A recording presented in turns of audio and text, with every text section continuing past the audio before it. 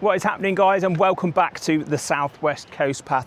If you have stumbled across this video and you are new here, then you will have no idea who I am. My name is Dan and I am the content creator behind the platform 𝗘𝗶𝘀𝗶𝗀𝗲. But what am I doing out on the Southwest Coast Path? Well, I have set myself the very mediocre challenge of walking it in its entirety. That is 630 miles, a monumental journey, but I'm not doing it all in one go.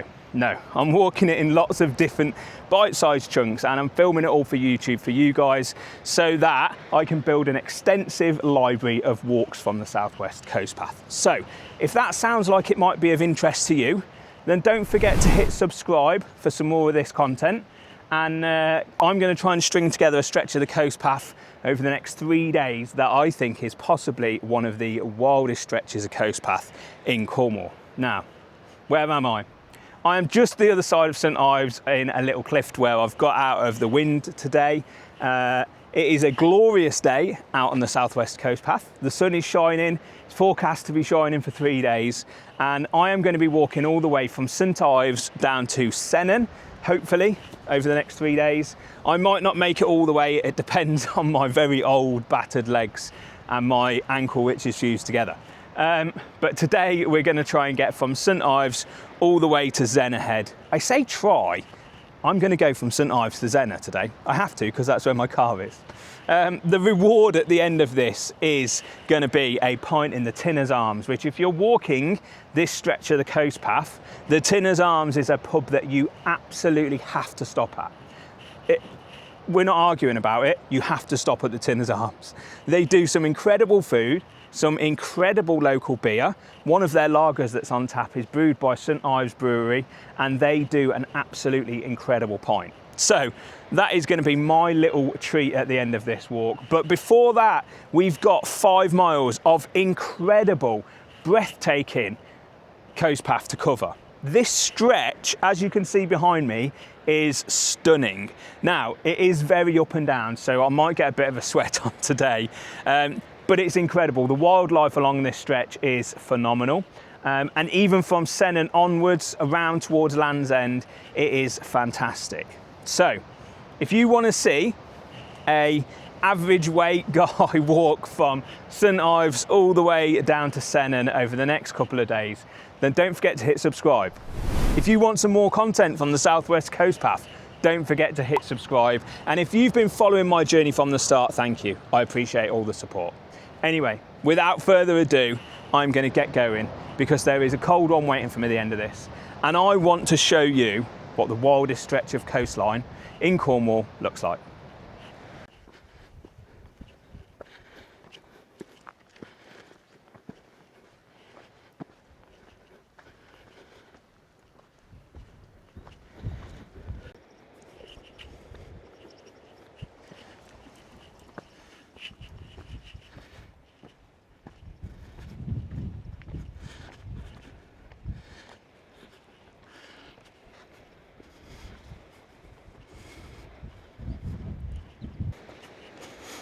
I think this is one of the things that I love about this stretch, is that the footpath is not perfectly manicured. It's big, massive granite boulders in places, and you really have to be careful. But one thing that I will say that's really important if you're struggling on your feet is to have some of these, some walking poles. I've not got mine out yet today. My knees are all right, hopefully. I might not be saying that in half an hour, but if you're walking a stretch like this that's pretty wild, I've said it before and I'll keep saying it, get yourself some walking poles. It'll just help you be a little bit steadier on your feet, navigating some of these rocky steps.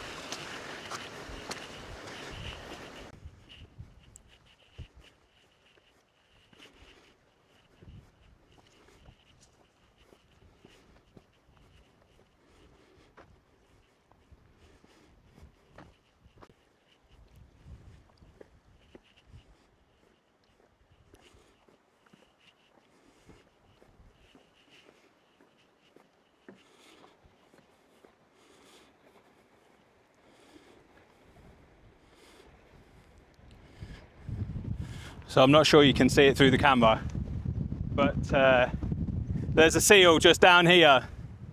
Absolutely incredible. The thing I love about this stretch is, one, the terrain is quite difficult, so it makes it really wild, but two, the water is gin clear. So that seal's probably 60 metres out. It's not in 60 metres deeper water, but it's 60 metres offshore, and I can still see it from here diving and coming up. That's incredible visibility, and that is why I love this stretch of the coast path, because the water is gin clear, the terrain is challenging, and you are just completely on your own out here. There's no like small villages nearby. The Tinner's Arms and the Gurnard's Head are probably the only two pub stops on this little stretch. There's a few other coffee shops, but yeah, the stretch from St Ives down to Zennor is wild.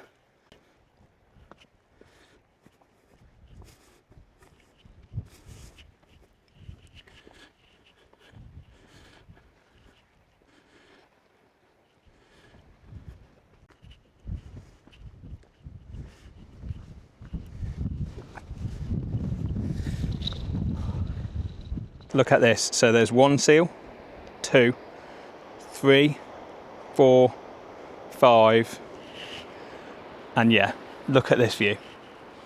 If you needed a reason to get out on the southwest coast path, or you're sitting at home thinking, why would I get out?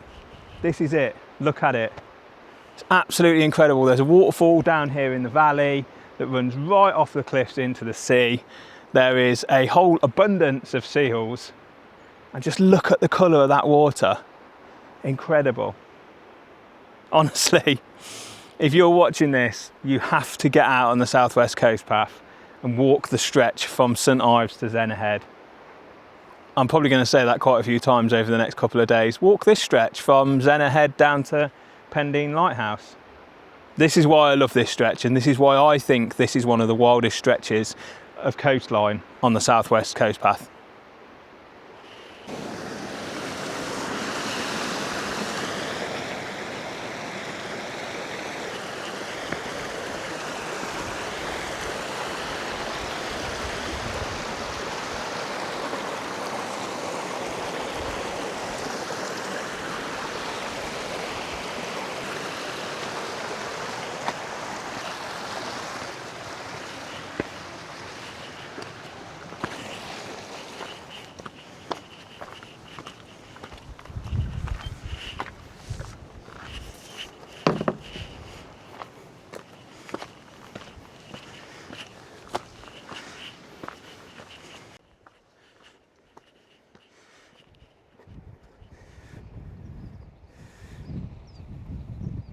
I just thought I'd take a minute to stop here and give you guys a little bit of an insight as to where I am. So I'm currently stood in a little nook called Treveal. If I've pronounced that wrong, somebody will correct me in the comments, because you guys always do. But what makes this so special? Well, for me, this is where this starts to feel like one of the wildest stretches of coastline in Cornwall. And the reason for that is, one, the wildlife that we've seen and those incredible, stunning cliff tops, which you can see behind me here. This is where I've just walked from. But at Treveal, something really interesting happens, which is behind me. And this is where we start to see how powerful the ocean really is around the Land's End Peninsula. Now, if we were to look straight out from St Ives across this way, we would probably clip the bottom of Ireland before the open Atlantic, but if you look down the coast, you would clip nothing. So straight out from where my hand is pointing now, the next lot of land that you would come across would be America. So that means the only thing between us and America is the open Atlantic Ocean. And here at Treveal, you can really start to see that full power in force, because this really narrow strip of water that runs in between the end of the headland and that little island pulls through at an incredible pace. Like, I'm talking mind-blowing. You can actually see it pulling through from the coast. And that, for me, starts to put it into perspective how treacherous the coasts are around this stretch of Land's End, or certainly from St Ives all the way down around Land's End up to sort of Penzance. But yeah, it's pretty cool, isn't it?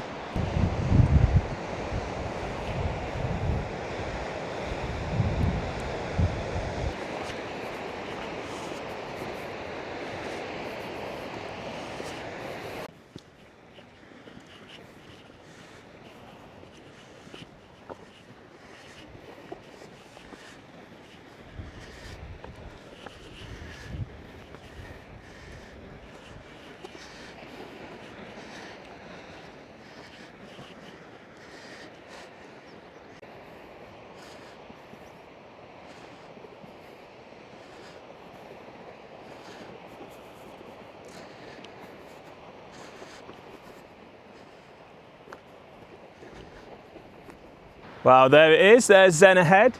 Well, I'm going to end today's walk. I've still got a little bit to go. This next section's a little bit meaty. Yeah, it definitely undulates quite a bit. But it is absolutely glorious out on the coast path today.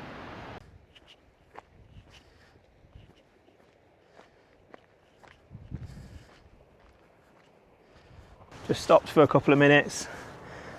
I say a couple of minutes, it might turn into a little bit longer. I am positioned perfectly in front of the sun, out of the wind. And yeah, check out this view. Look at that. Stunning. So this here is Zennor Head. So not far from the end now. Probably got about another, I don't know, mile to go to get to Zennor Head. But I just couldn't resist coming and sitting up here, taking it all in. I'm going to sit and read my book for a bit. Absolutely incredible. Whilst I'm sat here, you might be thinking, what's he reading? Well, I'm reading 𝗘𝗶𝗀𝗍 Cove by an author called David Barnett. It is a bit of a horror. It's not a horror as in like really scary, because I don't like really scary things, but it's a really, really good book. I'm actually reading this book as part of my book club that I run called the 𝗘𝗶𝗀𝗍𝗀 Book Club through my YouTube channel. I will put a little link to the playlist up in the top of this window somewhere so that you can click on it. If reading and walking is your kind of thing, then maybe the 𝗘𝗶𝗀𝗍𝗀 Book Club might be for you, but I'm going to sit and enjoy this for a bit. And yeah.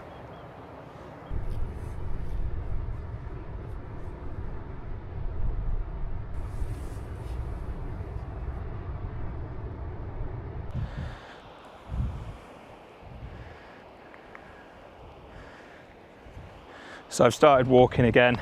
I've not got far until Zennor Head, but I definitely stopped for way too long back there reading my book. Well, no, actually, it wasn't too long, because it doesn't matter. I'm not in any sort of timeline here.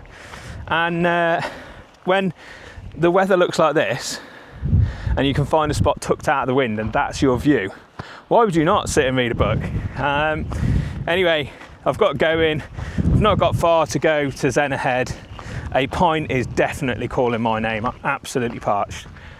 But yeah, you might be thinking, how does books fit into the wider picture? Well, if you haven't already clicked on that link to go to watch the video about my 𝗘𝗶𝗀𝗍𝗀 Book Club, then you might want to hit that, because in that video I explain a little bit more about how books fit into the wider ecosystem of 𝗘𝗶𝗀𝗍𝗀 books and beer, how important they are to me, and how I genuinely think taking a book with you somewhere just makes the world a better place. Anyway, today the world is a magnificent place because it looks like this.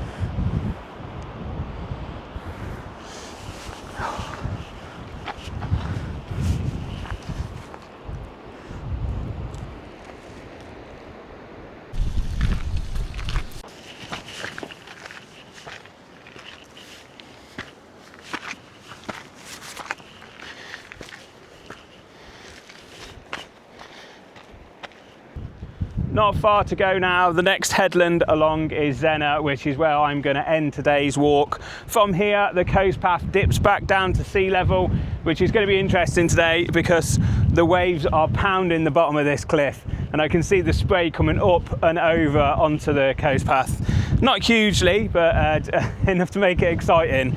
And then it's a steady climb up to Zennor Head. So let's get this bit done and I'll update you when I get to the end. Well, there we have it, guys. I've made it all the way up to Zennor Head, which is where I am going to end today's walk. That last stretch has really took it out of me. Those huge boulder fields that you have to navigate really slow you down, and the last uphill slog to Zennor Head is a lot steeper than it looks, trust me.